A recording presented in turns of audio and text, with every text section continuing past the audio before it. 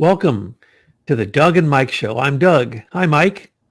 Hi, Doug. It's great to talk to you. I'm glad you're finally feeling a little better. Well, I'm hanging in there, and what's amazing is the recent discoveries. Some people are saying that the secret that Trump has that he's going to pull out and use against everyone is that to prove that the data information left our country and went to, in this case, they're saying Italy through a company called Leonardo, which some people are ultimately associating it with the Vatican. So they're basically saying the Pope meddled in the election. And so what's great is knowing you, because when you heard this, you jumped all over it. And yes, as usual, just like Where's Waldo, you ended up finding another person connected to the theft of Leader Technologies, trade secrets, IPs, and all the stuff that you had taken from you. Now, can you tell us why it's not true that Leonardo is the ace in the hole for Trump? Well, I can tell you what I know have learned about Leonardo. Obviously, we don't know what we don't know, but Italy figures significantly in our research in the discoveries of how social networking technology was parsed out to the whole planet and how it was involved with our patent attorney and my first director, General James Freeze, because we had discovered, not knowing what the context was at the time, that in 1995, now this was at the time of the formation of the Highlands Group, the formation of the FBI attempt to get a backdoor encryption key, and of course the Clinton Foundation came into development about then. So there were a lot of activities related to consolidating global control of technology through the what we now know as the British Privy Council. But there was a company that Chandler was involved with forming called Eurotech. It had a American name, Eurotech Limited, and then that Eurotech company also set up in Italy, and it was called Eurotech SPA. And when I saw this name, Leonardo SPA, I thought, wow, that's interesting. What's the connection between Leonardo and Eurotech? And literally, Douglas, it only took about 4 minutes to discover that Leonardo and Eurotech are partners. And that's at the surface, our partners. I'm sure that it's a lot deeper than that. So our researchers then went and looked at some of the directors and leaders of Leonardo SPA, and wouldn't you know it, the president of Leonardo is a member of the Knights of Malta. And the chief technology, surprise, surprise. Yeah, this whole thing, as you were telling it to me, was like, oh my, come on now. It's a script written to fit into the research. Yeah, it only took you 4 minutes or whatever, but that's because you have 400 gnomes working for you night and day that I don't know, maybe you don't know what now. So, it's okay, easy so for you. He's the Knight of Malta. Okay, so is that an association with the Vatican? Yeah, kind of. But it's also an association with the English Priory of the Knights of Malta, which is run by the Queen. And she gives out her knighthoods to Americans liberally, including our current Chief Justice, John G. Roberts, Jr., who is also a Knight of Malta. So that was certainly a red flag. And then we went and looked at the Chief Technology Officer of Leonardo. And wouldn't you know, it's a Brit. It's a Brit who worked for GEC Marconi when it was being run by Sir Geoffrey Patty, which we now know is associated with Cambridge. Well, actually was the founder of Strategic Communications Laboratories, which had as a subsidiary Cambridge Analytica. So there we go. There's the connection with the Trump-Russia hoax. And then we went further and looked at, and he then stayed when Marconi, GEC Marconi merged into British Aerospace, BAE, he stayed on and carried on developing this global communication satellite system, mainly run by the Navy, the British Admiralty, and then somehow he matriculated then to Italy, and now he is at Leonardo SPA, and his picture's up on their website. Can't make this up. So there we have all the connections to the New World Order Pilgrim Society group. And then in 95, we have all of the records of the formation of Eurotech Limited, which included most of the major retired admirals, generals of the U.S. military and the Naval Submarine Command, James Watkins, who also were heavily involved with the Department of Energy. And this group started as a way to get Russian scientists to start working for them in Italy. And then it then morphed into what we now know as called the Internet of Things and the Richard C. Walker patents in the late 1990s. And then we see then we discovered very serendipitously that while Professor Chandler was working on our patent applications and had full knowledge of our trade secrets, because he was advising us on trade secrets as well, he wrote the law, he was on the side, without telling us, without disclosing it to us, cutting deals with Eurotech around a company that he formed while he's working with us called Crypto.com.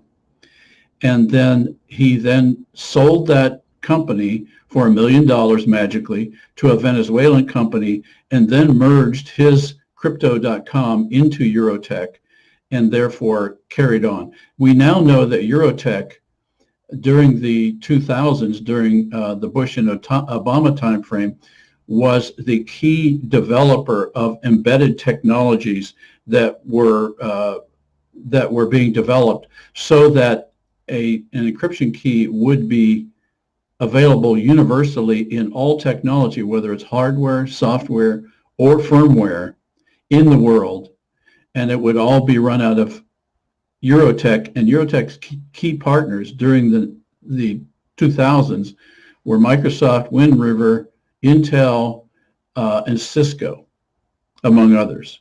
Borland was there too.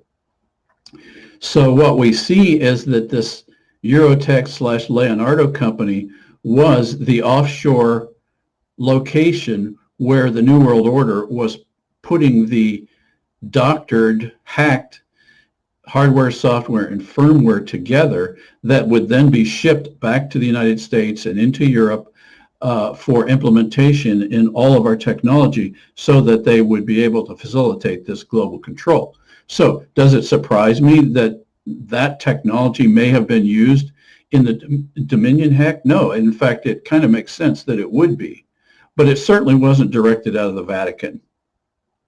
That's ridiculous. That's a psyop. There's no way. This was the British Pilgrim Society operation. We already knew that because Lord Mark Malloch Brown, Sir Geoffrey Patty's best buddy and buddies with George Soros, is well known to be running Dominion. He's the chairman of Dominion.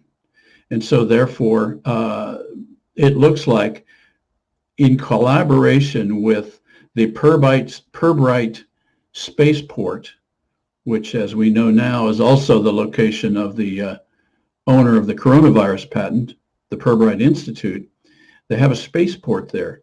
And as you've helped us understand from just looking at the footprint of that spaceport could handle directed energy weapons if they wanted to. And now what we've just discovered, in this was somebody in England, just discovered that Leonardo actually describes directed energy weapons in their current financial report, which I think Betsy's going to post in a little bit. So they're not want to control elections, Douglas. They want to zap us all.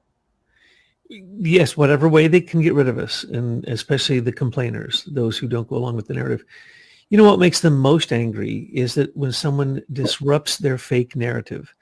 They went through all the trouble in the back rooms, making up the narrative and getting it all settled. They got the talking points and everybody's saying it exactly the same. And then the truth comes in and stares them in the face, and they don't know what to do, so they just ignore it. That's what liars and cheaters and scoundrels do. And we're seeing it right now. It wasn't Trump followers who stormed the Capitol. The Capitol was opened for them by the police so that the 4 buses of Antifa people and Black Lives Matter people, basically provocateurs, were allowed to come in, and the building was open. It wasn't even locked. So the whole thing was staged, but in the end, if you bring the truth forth and say, it wasn't what you're saying it is, it won't even be heard.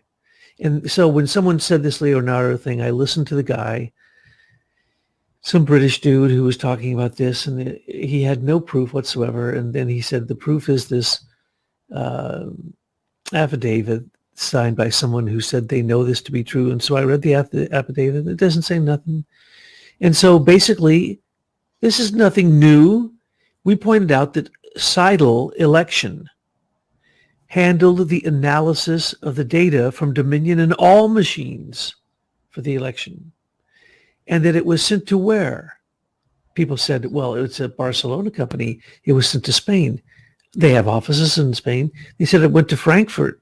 They have offices in Germany. Correct. But where was it really sent first? Through to their British office, which has an extension in Ireland. So the analysis of of our presidential election recently, the analysis and the reporting for the election night coverage was run out of Seidel Elections in Ireland. And the bigger player, which is SGO Smartmatic, mm-hmm. They were analyzing it also, and they were handling that data, and it was coming and going, and that's a British company. So it does not surprise me that when this came up and Leonardo, here it is, this is how Trump is going to blow open the whole thing at the last second, because he has this secret information that the Vatican has these satellites that allow for crypto communications that then intercepted the election data and manipulated it. No. Everybody had access to that. Anybody who wanted to had access to that. There weren't even security systems put in to protect the data that was going over the internet that anyone could access and manipulate. That it was not considered in DC right now shows there's a uniparty, and that uniparty is fed by globalist money. And we saw that with the recent budget, because you got to see that what used to be OPEC received more money than all America put together. Just one country can receive more money than they gave to the Americans that they are starving to death, and they have locked them up in their homes because of the fake pandemic and the very bad 4 pandemic laws that control all of this. So Trump has access to any information that left this country and went over the internet, because even Microsoft makes that software available for everyone. It is so common, it's ridiculous. But as you have pointed out, when it comes down to this particular case with Leonardo, Eurotech and James Chandler, the man who ripped off Leader Technologies, the worst criminal imaginable, also has deeper connections, which I think you're going to tell us about this. This Chinese spy that, again, you had a connection with at Livermore Laboratories, and which is just astounding that these historic people were all involved in stealing Leader Technologies' inventions. But those inventions were so powerful that they represented trillions of dollars. And then to point out, of course, that Eurotech stole it from IBM Eclipse Foundation, who made it available to everyone. This is just the saddest pattern of people who haven't been paying any attention to what you have been putting out with the research, which basically shows nothing is secure. If it was sent over the internet anywhere in America, then it could be picked up anywhere in the world. You cannot make anything actually secure at all. And so it's all vulnerable. So why would you put any election data that you were going to believe through analysis by Seidel election, through analysis by, or through Dominion sending it wherever Dominion wanted to send it, basically owned by the Chinese, or sending it or wherever. It doesn't really matter. It should have never been sent to begin with. So I'm glad that you could take this and bring it back to reality, because people are looking for, what do they call it? Hope porn. And this was the silliest one that I've spent my time wasted on. But I'm so glad that it came back to something real. So tell us a little bit more about James Chandler and one of his connections in California that is absolutely an amazing find. Yeah. As you know, we've had people working on Nancy Pelosi's background for weeks now. And her maiden name is D'Alessandro, and she's from a Sicilian family. She's, third generation Sicilian. Her father was mayor of Baltimore, and he was also a congressman from Maryland. And his name was Thomas D'Alessandro. And by the way, her brother also, he was Thomas III, was also mayor of Baltimore. So Nancy comes from a family that seems to have full control over Baltimore, and has for many, many decades, going back into the 40s. And in the process of looking up the background of D'Alessandro, a massive amount of FBI FOIA material became available that actually discusses in a lot of detail how D'Alessandro interacted with the U.S. government in these various positions. And one of particular note was his 1961 application to work in the Kennedy administration. And keep in mind, what we're looking at is somebody who would be brought into the Kennedy administration in 61, and he was assassinated in 63. So keep that in mind when you hear what this report. So there was a particular FBI agent by the name of William V. Cleveland, who was the deputy director of the FBI under J. Edgar Hoover, who prepared a report on D'Alessandro as a very lengthy discussion of his background and his context. And in the end, even with all of what I'm just going to describe actually disclosed in this document, they said he was an upstanding candidate and was well worthy of working in the White House. But what is described by Cleveland is the fact that he had known associations with the Communist Party in America. He also had known associations with, I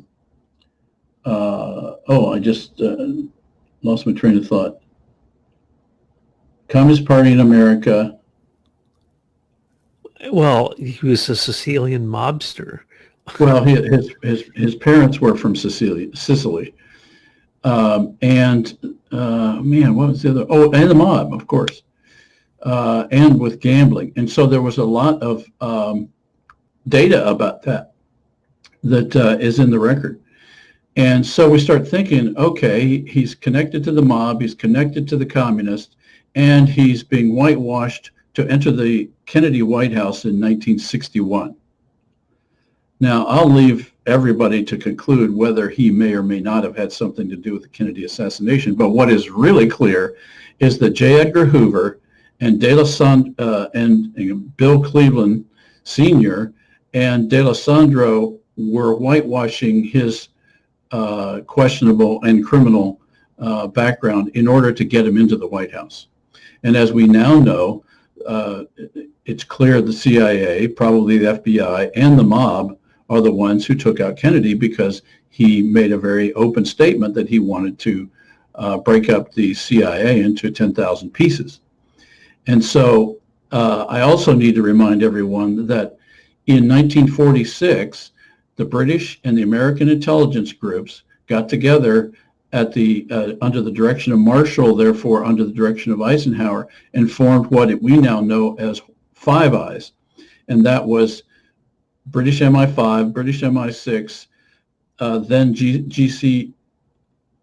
GCCS, which became GCHQ, and it was the U.S. Army Signals Agency on our side, and the FBI. The FBI was involved in those Five Eyes agreements, and J. Edgar Hoover, therefore. And what we can see now is that Hoover had his finger on the development of the CIA, on the development of the NSA, and therefore was a player from the beginning in this scheme that they hatched in the Marshall Plan to really capitalize on the German and Japanese and Nazi gold to form the Bank for International Settlements in Switzerland, and therefore control world economies in the post-war redevelopment of Europe.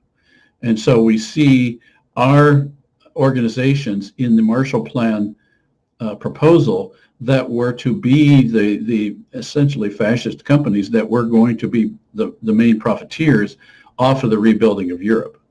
So when Kennedy, I'm sure all of these people got frightened when Kennedy said he was going to break up the CIA, because they would break up this cabal that was building this new international alliance around the New World Order and the British Pilgrim Society.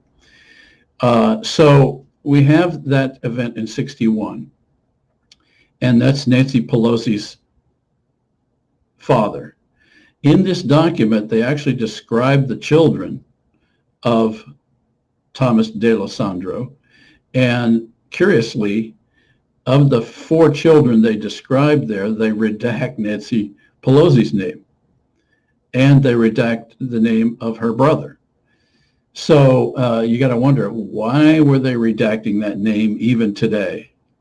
Because this information did not get released until many years after D'Alessandro died. Okay, so we've got this Bill Cleveland character who seems to be central, who is the assistant FBI director involved in these activities. And he is stationed in Washington. And then now we need to wind the clock forward to the event in our history of the development of social networking, where Chandler devised this agreement with Lawrence Livermore National Labs for us to test our technology with Lawrence Livermore Labs technology, and to prove that our system would work in that environment. And we did very quickly, like within a month or two. And then we went out to Livermore Labs to have a meeting. And at that meeting, our sponsor, through all the security, into the inner chambers of the conference room at Lawrence Livermore Labs, was none other than another William Cleveland, Bill Cleveland. But what we now know and have confirmed is that this was Bill Cleveland Jr. This was William V. Cleveland's son, who joined the FBI in '69 and then was sent to the San Francisco office of the FBI. He worked with Robert Mueller when Mueller was a special agent in charge in San Francisco. And in 2003, after we met him, he was caught collaborating with a Chinese double agent, and in fact had been a longtime bedroom partner of this Chinese double agent with whom he collaborated. He was then the security director at Lawrence Livermore Labs when we met him. And so here we have Chandler working with this guy who at the time was a Chinese spy. That's now been proven. And wouldn't you know it, in all of that activity, there was a PBS special about the Chinese espionage case. His name is mentioned all over it. And in all of that, Mueller was the agent in charge of doing the investigation. And when you know it, in the end of that story, there were no charges. Nothing happened. And isn't that the way with Robert Mueller?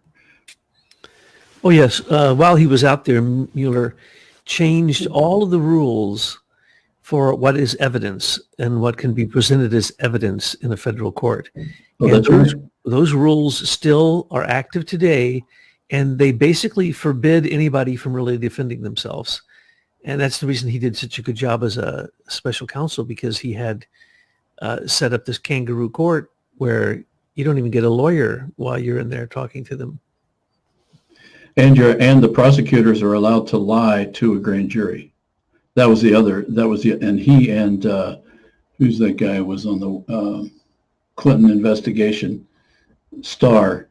He and Starr pushed that through in Congress and got it so that they could say any lie they wanted to and get away with it. It would not be liable. But what's the most beautiful part of all of this is that you're at Livermore Lab taking what then becomes one of the greatest inventions of our time. And the security guy making sure that everything is lovely is in fact a Chinese spy who certainly would have given what he knew of any of that to the Chinese. And it just showed that far back, we were selling out America to the Chinese wholesale. Well, at that time, Chandler did not have a copy of our source code. We held that under lock and key, and certainly nobody at Livermore Labs had access to that. But it was that particular set of meetings and the agreements that came out of that where Chandler wrote himself into the agreement where an escrow of our source code would be required, which isn't uncommon with federal projects, by the way. But we were to escrow it with somebody we trusted. At that time, we trusted him, and that became the way that the IBM Eclipse Foundation and now we can see the Chinese all got a copy of social networking at the same time. And then once we had it all debugged, the whole market exploded in 2004. Oh, I'm sorry. Zuckerberg did it in a week and a half. I forgot at Harvard. With a keg of beer during finals week. Yeah, sorry. What was I thinking? Don't forget that. Okay. Because he's a hero. All those Silicon Valley, what do we call them? Cyber giants. They're just so brilliant. I mean, we all should, emulate them and wish to be like them. Now, just going back as a bit of a summary here, what you were doing at Livermore Lab was to prove that social networking could handle infinite amount of input, and in this case, it was video, correct, which is what takes the most memory and takes the most effort of the computer to be able to handle that. So I've actually seen one of these devices that you used in that.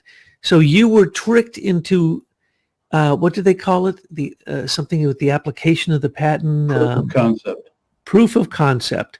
Right. So they said to you, proof of concept, you got to prove that this can be done. And so you did. And the fact that you did and they watched it, literally they could basically reverse engineer. No, they didn't have to reverse engineer. They got the code from Chandler. Well, of course. And that the reverse engineering wouldn't have worked, Douglas, because as I've described before, our approach was so radically different than the way Microsoft and IBM and Novell were thinking in the late 90s, that their mentality, their assumptions about how technology was going to develop in the future were so arrogant and were so full of hubris, they could not even see what we were talking, our system under the covers. They could see what it was doing on the screen, but they had no idea how it would happen under the covers. That was the magic.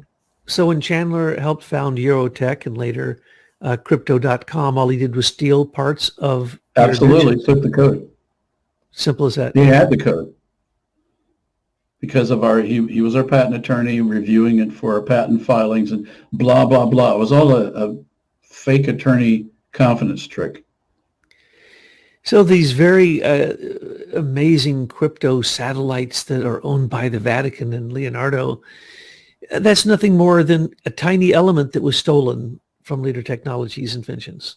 Well, the network that everybody's describing today, there's no way the Vatican did all that. There's just no way. We're talking about systems that have taken back to the 1920s and 1930s and 40s when RCA started putting satellites in the sky, and then they founded NBC, and then Five Eyes got started, and they started using IBM computers and all these database centers to do the network. The global network for this, it's the Aegis system that our military uses. You probably worked with the Aegis system, right?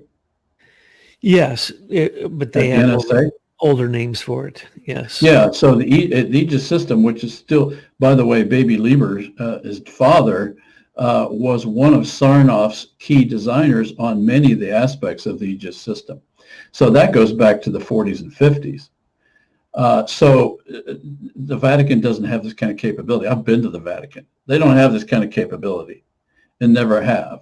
This is a spoof to keep people off the attention of Dominion, in my opinion.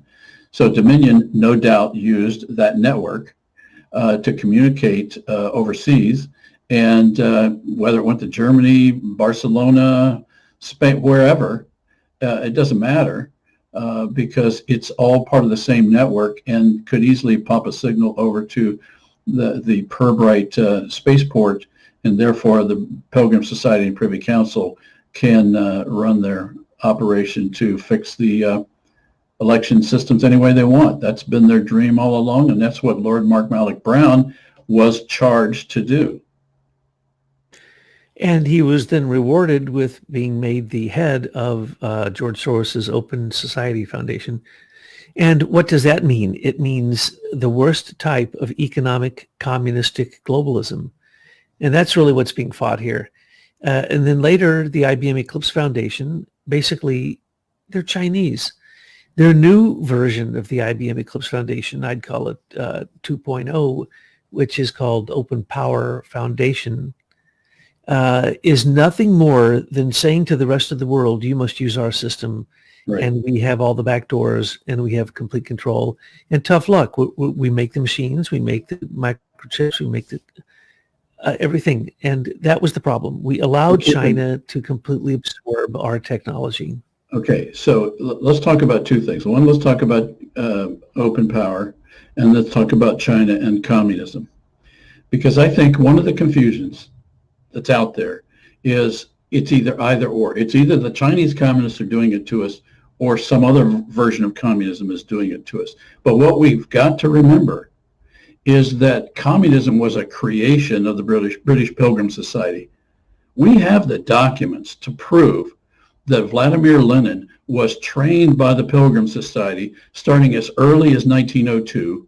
We have actual documents showing where he was working with members of the Pilgrim Society. Some were members of the 1909 Imperial Press Conference as well. And they created communism as a mechanism for having them, as the elitists, manage the great unwashed, the citizens of the world, in a communist totalitarian mechanism. And they experimented in Russia. They then experimented with a different version of that in Germany with Hitler. And they have continued to refine their approach to communism, but they want to limit the use of resources so that they can control the citizens of the world and keep their power in this centralized New World Order. That's what we've got here. So when the Chinese got a copy of Open Power, which came from IBM Eclipse Foundation, that was nothing more than another branded layer of this control mechanism that the Pilgrim Society have had over this technology. And now we can see a lot of that embedded capability came from Eurotech Limited in Italy, and then this Leonardo. It struck me today. Look at the name they use, Leonardo. They named it after a very bright individual by the name of Leonardo da Vinci. So they stole his name, just like Tesla's name has been stolen by Elon Musk. So they steal, and how Tesla was completely ripped off, and all of his technology went to Marconi, and Marconi's name was pushed forward, and the PR was all that he was this genius. But if you look at him, he's just I don't know, he's not an impressive individual. When we've seen a lot of photos of him and even videos now, he's a weak man. There's no way he had the vision to do what Tesla did. That's for certain. Well, these British imperialists, they love to subsume the inventions of Americans particularly, but they'll steal it from anywhere they can. And communism was incubated in England. Mm-hmm. And it is really an excuse for a political party that handles the plebeians. It handles the slaves. And then what is it? It's a lie, like all communism, because at the heart of all communism, is a central committee, and at the heart of that is a dictator who has life and death control over everyone. That's been going on since the Doges started that in Venice. The central committee, and then one person in the middle. That person has control over the life and death of everyone involved in it.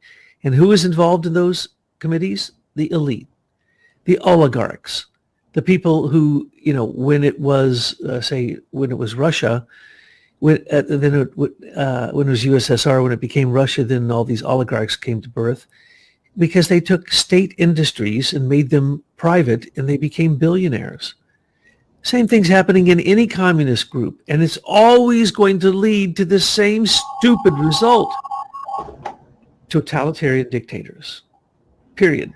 And the committee going along with the head dictator, as long as that head dictator runs it like D'Alessandro or like Hillary's dad, Hillary Rodham Clinton. Her father was second in charge of the mob in Chicago. He was an alderman. He was one of the most powerful mobsters in American history. She was told by him to become a patent attorney because they knew that you could steal patents, and that's where the big money was. So, and then Pelosi saw that it was politics, and so she followed in the footsteps of her father and her brothers and went into politics. And now what is she? She is basically the kingpin of California, making deals with with Central American countries and leaders to allow them to come into California. And then what does she do? She promotes paying them more than they pay citizens, and giving these illegal aliens who come across the border more rights than citizens of the United States of America. When we pay our medical insurance, there's usually a deductible. There's no deductible for the insurance policy that Pelosi and her nephew, Gavin Newsom, provide for the illegal aliens who come across an open border. So what we see here is globalism in its worst case, trying to turn everything into communism except for the elite at the top. And as I explained before, they hate somebody messing with their narrative. Well, we have to remember that who else came out of San Francisco during this time frame when Bill Cleveland and Robert Mueller were running the FBI? We have Dianne Feinstein there as well. Neither of these people have any skills to speak of on their bios, except that they're politicians, and they've learned how to work the system, and self-aggrandizement is their chief task. I mean, Nancy Pelosi's worth over $100 million. Now, that's pretty good for a $175,000 paycheck. But clearly that's chump change for how she's really making money and how they continue to stay in power. Now we know they just rig the elections, and nobody even tries to fight it, it seems. But now we can see why they're so arrogant, because they've had the FBI, counterintelligence, covering their backs so that they can't ever lose. And if they get caught, they have ways of pushing the prosecution along long enough until everybody gets tired of listening to it, and then they exonerate them. And that's what happened with Bill Cleveland, the guy I met. After he was exposed for shacking up with this Chinese double agent, he was eventually, all charges were dropped. He was not prosecuted for espionage. He was not accused of lying to the FBI. I mean, think Roger Stone when you think of the comparison. This guy was shacking up with a Chinese agent and had no charges, and yet Roger Stone didn't even, they caught him in one process misrepresentation and then try to run him to ground. So the comparison is just off the charts. But here we have the New World Order protecting their own, and they've grabbed the power, and they're not going to let it go until we see miracles and we see a will of the people not to put up with this anymore, because we have let them do this in the end. Oh, yes. I remember when it was, I heard him say it twice. The head of Diebold election machine said outright, point blank, it was national news. He said, if the legislatures of these 5 states would simply get my machine into their state, I can guarantee that Bush will win. And by golly, that's what happened. And it was contested in Ohio because every single Diebold machine was rigged for fractional voting. And it was proven over and over and over again. And as you say, no one seems to care. Well, let me point out, since you brought up the Ohio situation, I actually know someone who was in charge of the custody of those Diebold machines that you're referring to. And that was an election in 2004. They impounded those machines because there was a court case in 2005. In 2011, they finally dismissed the case, and those Diebold machines were never looked at. Precisely. Now, who gets away with that? Imperialists who are in charge, who treat the rest of us as if we have no opinion, we have no voice, and even if we voiced it, it would simply get us in trouble. We don't get a voice about the vaccine being given to us. We don't get a voice about the pandemic nonsense masks and sheltering in your home and so on and so forth. It is complete insanity. Who taught us this? The British did. Cecil Rhodes did. The Cecil Rhodes Round Table, after he had taken the Transvaal and turned it into an experiment of vaccines, genocide, cruelty and war, you name it, where a few elite come in and they take all the resources, the gold, the diamonds, and everyone else simply suffers. And no matter what you say or do, it doesn't matter, because you're going to have a Winston Churchill there writing a lovely story about the way that the British, really conducted themselves nicely in the Transvaal. And then later, what happens? The cruel, evil founder of all of this, Cecil Rhodes, they name a country after him, Rhodesia. And he starts the Round Table, which basically pulled in the Fabians. It pulled in the imperialists. It pulled in 2 Rothschilds, one of them the richest man in the world at that point. And what happened from there? They made an evil plan that they wished to get rid of every human being on the earth that isn't part of their elite group. But while they do, they're going to tell us little bedtime stories and sing us little nursery rhymes so that we will be happy, and they'll entertain us, and they'll manipulate us through the media. But the reality is these people very clearly are worse than communists. And remember, communism never has worked. Socialism has never worked. And capitalism is still an experiment. So when it comes down, and monarchies, that's what this is based upon. It's the leftover monarchy of the British. When you say capitalism, what we can see is that we don't have capitalism. We don't have free markets. We have controlled markets where a few companies are allowed to seize the greater part of the opportunity, and everyone else gets the crumbs left over. That's what we've got. So that's fascism. So we have continued the German fascism into our country. We then brought over in various secret programs a lot of the German resources, the engineers and the scientists, and placed them into our various industries. Now, we have to remember that in 1942,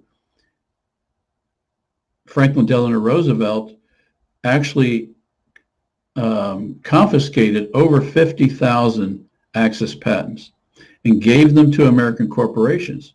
Well, those corporations didn't necessarily know what to do with them. So what they do, they brought over the German scientists who actually had the inventions and gave them work. So we've had a fascist economy ever since before World War II. And it was carved into stone in 1913 when the Fed was set up, the third attempt at creating a national banking system here in America. And who's behind the Fed? Well, those are British investors and basically the same Italian bankers who went into Germany, into Holland, and then into England. Same exact families. You can see this, that the bankers simply got the biggest piece of every central bank pie. And then every single time that we take a big corporation that was usually founded through stealing a patent, DARPA steals the patent, and In-Q-Tel works with Highland Forum. They get their venture capitalists. They get it going as a monopoly. They buy up every single competition. And then you have these mega corporations, which are monopolies supported by government contracts, which are all insider trading, every single one of them. Anyone invited to those meetings are part of insider trading, using our tax dollars to basically globalize every single weaponizable stolen patent that they can get. Mm-hmm. And it goes, and it's first cleared through Serco, who runs the U.S. Patent Office, which is just disgusting to think that the British get to look at any American's patent before anyone else does. And if they want to claim it as theirs, well, then that's tough luck to everybody else.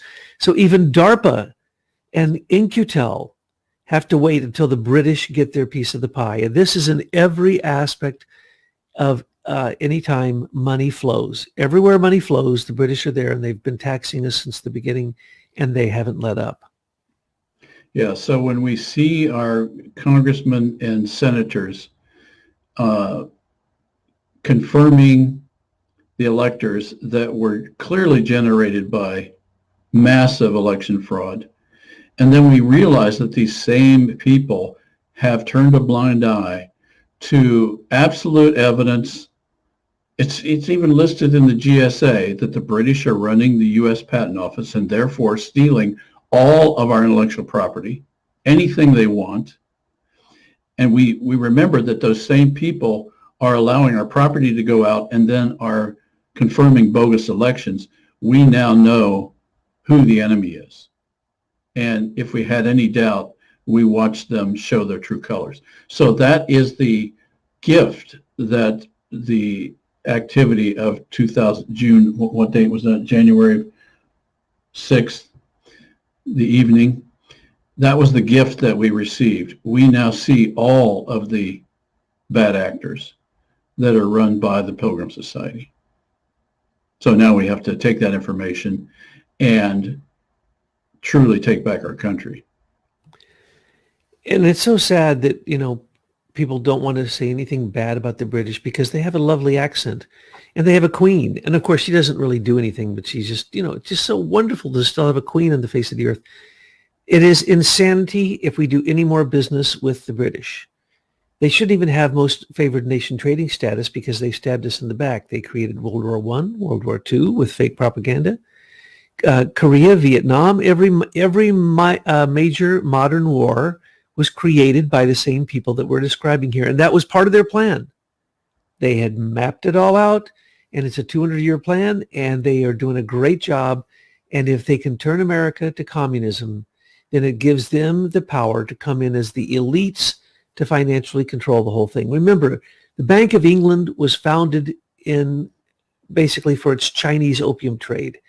HSBC was founded because of opium trade and this major British holding.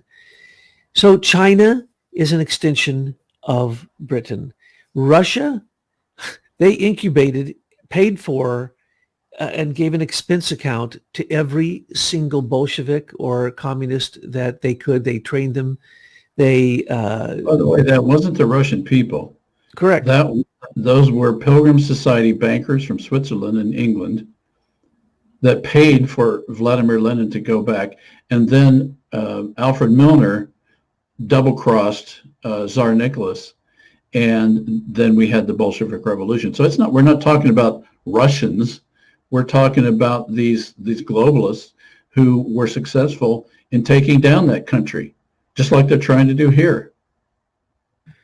Yes, and the British War Bureau Department, as well as Tavistock, and all kinds of other aristocracy in England, paid money to have the literature of our day written as a propaganda tool. They paid for Marx and Engels. They paid for all the Marxist nonsense. They paid for anything you can think of that is against democracy was actually paid for by the Brits. And we paid through the Anglo-American Alliance. The British bankers in America and German bankers in America joined with the Angles, joined with the British, and basically created communism so that they could enslave the people and take over the oligarchs at the top or the industries at the top. It's always about economic fleecing in these cases, and what they really want is the people at the bottom to die. Now think of what happened in Russia. Think of the pogroms. Think of the tens of millions that were killed outright because somebody sitting in an office back in Moscow working with an office in London decided that all these people should die. That's the kind of people we're dealing with. So I don't want to hear anybody make small the efforts of the British, even at this very moment. Lord Malik Brown rigged our election. We have right. Forget the Venezuelan part of the story. That's a minor part of his story.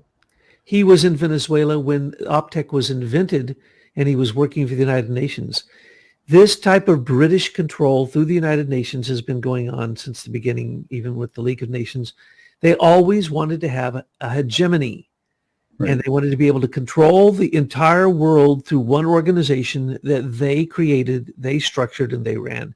That's what's still going on. The World Health Organization still has us wearing masks and using ventilators to kill people who come in with hypoxia, the inability to take up oxygen in your bloodstream, because they refuse to even acknowledge that it is what it is. They lie. They say that it is certain types of viruses and that these vaccines will help. That's complete insanity. Anyone who would believe a word coming out of the leader of the World Health Organization through the United Nations is a fool.